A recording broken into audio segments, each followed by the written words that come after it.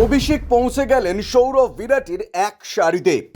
শূন্য দিয়ে শুরু সুদর্শনের, কি করে জানুন। সাই সুদর্শন ভারতের হয়ে ওয়ানডে ম্যাচ খেলেছিলেন, কিন্তু হেডিংলিতে নিজের প্রথম টেস্ট খেললেন।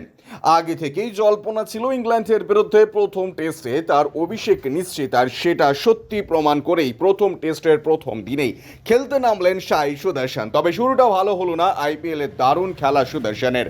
এদিন শূন্য রানেই প্যাভিলিয়নের রাস্তা ধরলেন তিনি। আইপিএলে সাই সুদর্শনের সঙ্গে শোভন গিল ওপেনিং করতেন পার্টনারশিপ হিসেবে। এদিকে এদিন মাত্র 4টি বল ক্রিজে টেকেন সুদর্শন। শুরু থেকেই স্বচ্ছন্দ ছিলেন না তিনি।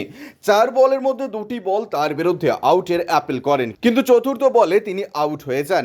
এদিকে এই খারাপ শুরু হলেও এদিন এক দারুণ রেকর্ড করে ফেললেন সাই সুদর্শন। 23 বছর বয়সী এই খেলোয়াড় 20শে জুন টেস্ট অভিষেকের তালিকায় বিরাট কোহলি, সৌরভ গঙ্গোপাধ্যায় এবং রাহুল দ্রাবিড়ের তালিকায় যোগ দিলেন। এবং সৌরভ এবং দ্রাবিড় 1996 সালে ইংল্যান্ড সফরে এই সুযোগ পান, যেখানে কোহলি, প্রবীণ কুমার এবং অভিনব মুকুন্দ 2011 সালে এই তারিখে ওয়েস্ট ইন্ডিজের বিপক্ষে অভিষেক করেন। ব্যুরো রিপোর্ট, ইউজে নিউজ।